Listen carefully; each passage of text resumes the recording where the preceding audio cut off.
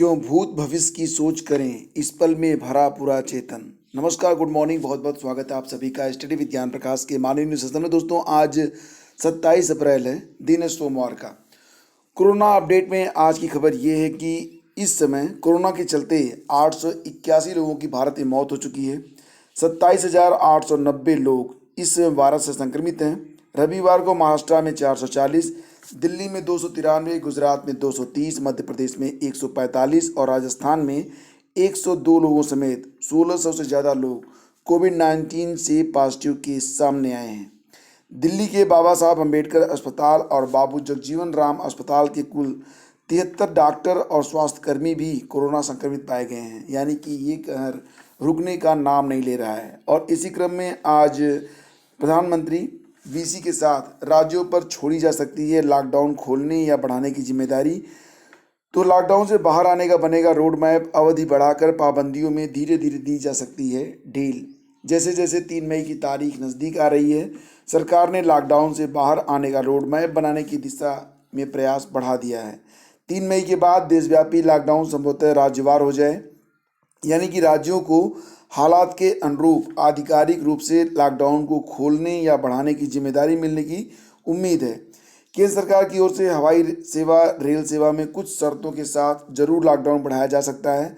Lockdown की अवधि बढ़ाकर पाबंदियों में धीरे धीरे ढील दिए जाने के भी संकेत हैं। सोमवार को प्रधानमंत्री नरेंद्र मोदी के साथ मुख्यमंत्रियों की वीडियो कॉन्फ्रेंस में हालात की समीक्षा होगी।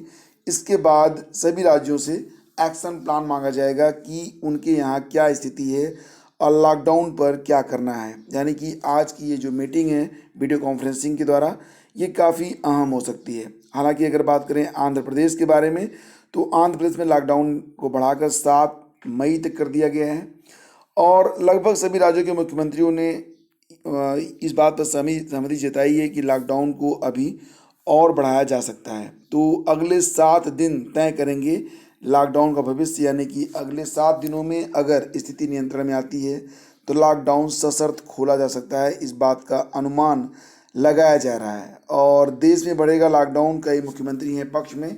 तो आज की बैठक में 3 बिंदुओं पर होगी चर्चा। सूत्रों का कहना है कि सोमवार को पीएम और राज्यों के सीएम के बीच होने वाली चौथी बैठक में 3 बिंदुओं का एजेंडा है।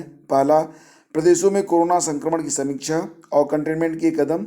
दूसरा, गृह मंत्रालय की 20 अप्रैल की गाइडलाइंस का पालन। और तीसरा, लॉकडाउन के बाद की स्थिति पर चर्चा। फिलहाल दिल्ली में 16 तक लॉकडाउन को बढ़ाने की सिफारिश की गई है, क्योंकि ये कहा गया है कि दिल्ली में 10 सप्ताह 16 मई को पूरी हो रहे हैं। तो ये सारी चीज़ें हैं। फिलहाल अभी 1 सप्ताह का वक्त है लॉकडाउन का, हमें पूरी सख्ती के साथ पालन करना चाहिए। दोस्तों, सरकारों का प्रयास अपनी जगह है, लेकिन हमें व्यक्तिगत स्तर पर भी कुछ प्रयास जरूर करने चाहिए।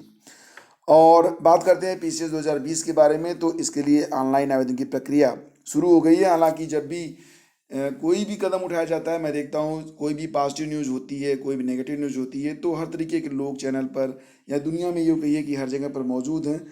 अगर कोई सकारात्मक न्यूज़ है तो उसमें मीन मेक करके नकारात्मकता खोज लेना, और कोई नकारात्मक खोज न्यूज़ है तो वो तो है ही है।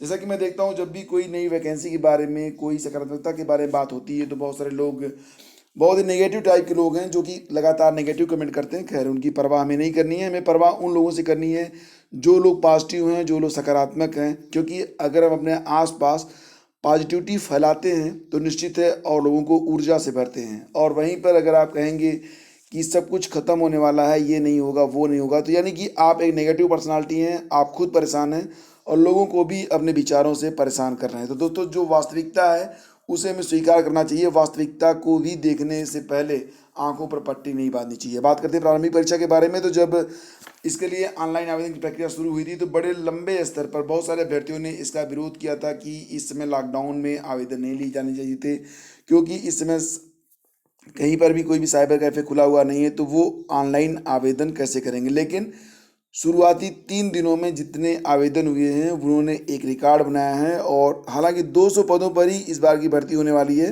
लेकिन फिर भी ये उम्मीद जताई जा रही है कि लगभग 4.5-5 लाख लोग प्रारंभिक परीक्षा में शामिल हो सकते हैं। प्रारंभिक परीक्षा 21 जून को प्रस्तावित है, लेकिन 21 जून तक क्या सोशल डिस्टेंसिंग पूरी तरह से समाप्त करवा कर परीक्षा करवाई जाएगी, ये एक बड़ा सवाल है। और इसका जवाब जहाँ तक मुझे लगता है कि ये नहीं है, परीक्षा की डेट निश्चित रूप से आगे बढ़ेगी जब तक सारी जो मतलब कि जो स्टेटस है, जो स्थिति है वो सामान्य नहीं होती, तब तक परीक्षा का हो पाना लाजमी नहीं लगता है। फिलहाल ऑनलाइन आवेदन की प्रक्रिया जारी है। आप लोग भी ऑनलाइन आवेदन 18 मई तक कर सकते हैं। अंतिम तिथि का इंतजार ना करें, उसके पहले आप लोग अपनी प्रक्रिया को कंप्लीट कर लें, क्योंकि अंतिम समय में क्या होता है कि वेबसाइट काम करना बंद करती है और फिर अभ्यर्थी उसमें परेशान होते हैं। मूल्यांकन व परीक्षा पर शासन लेगा निर्णय। बात हो रही है यहाँ पर यूपी बोर्ड के बारे में। तो यूपी बोर्ड की कापियों का मूल्यांकन और जो कंपार्टमेंट की परीक्षाएं हैं उसके बारे में अभी क्या करना है, फिलहाल लॉकडाउन की वजह से और कोरोना संक्रमण की वर्तमान स्थितियों को देखते हुए, सोशल डिस्टेंसिंग को देखते हुए यहाँ पर ये निश्चित नहीं हो पा रहा है कि अभी कापियों का जो मूल्यांकन है वो कब और किस प्रकार से शुरू करवाया जाएगा। फिलहाल दोस्तों थोड़ा सा इंतज़ार तो आपको अभी भी करना है, क्योंकि अभी भी स्थिति सामान्य नहीं है। बीएड की प्रवेश प्रक्रिया में जो बीएड का एंट्रेंस एग्ज़ाम है वो भी आने आ रहा है, क्योंकि एंट्रेंस एग्ज़ाम करवाए जाने के बारे में जो भी तारीखें निश्चित की जा रही हैं उसमें कहीं ना कहीं सोशल डिस्टेंसिंग या फिर कोविड-19 आने आ रहा है। फिलहाल इस बार लखनऊ यूनिवर्सिटी विश्वविद्यालय जो है, लखनऊ विश्वविद्यालय, वो बीएड 2020-21 सत्र के लिए प्रवेश परीक्षा का आयोजन करवाने जा रहा है। फिलहाल अभी कुछ भी यहाँ पर स्पष्ट नहीं है। और दीक्षा ऐप के बारे में बात करते हैं तो अब पहली क्लास से पीजी तक पढ़ाएगा एक ही पोर्टल, यानी कि दीक्षा ऐप पर देश के सभी स्कूली बोर्डों से जुड़ी होगी सामग्री, यानी कि हर एजुकेशन तक पूरा कंटेंट इसमें उपलब्ध होगा। सीबीएसई समेत कई बोर्डों से जुड़ी सामग्री इसमें आपको मतलब मिल जाएगी और ये ऐप एक कंप्लीट ऑनलाइन सॉल्यूशन साबित हो सकता है, दीक्षा ऐप। ठीक है, तो सभी भाषाओं में इसमें जो अध्ययन सामग्री होगी वो उपलब्ध होगी। फिलहाल अब तक अंग्रेजी, हिंदी, संस्कृत और उर्दू में अध्ययन सामग्री है।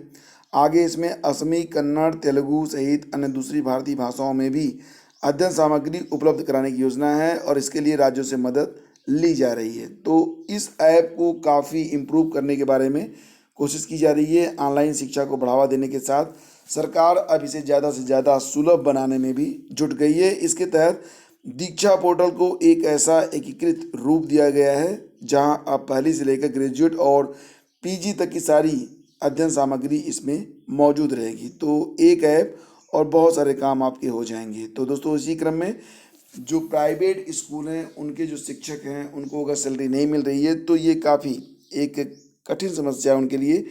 तो यहाँ पर उत्तर प्रदेश माध्यमिक शिक्षक संघ के प्रदेशीय मंत्री व प्रवक्ता डॉक्टर महेंद्र नाथ राय ने सीएम को पत्र लिखकर मांग करते हुए बताया कि वित्त विहीन विद्यालयों में कार्यरत शिक्षक एवं शिक्षणेतर कर्मचारी न्यूनतम वेतन पर कार्य कर रहे हैं। मानवीय आधार पर जीवन यापन के लिए न्यूनतम 5,000 रुपये कम से कम उनके खातों में भेजने की व्यवस्था की जाए। तो ये थी आज की सारी update. Thank you so much for watching the video. Have a great day. जय हिंद।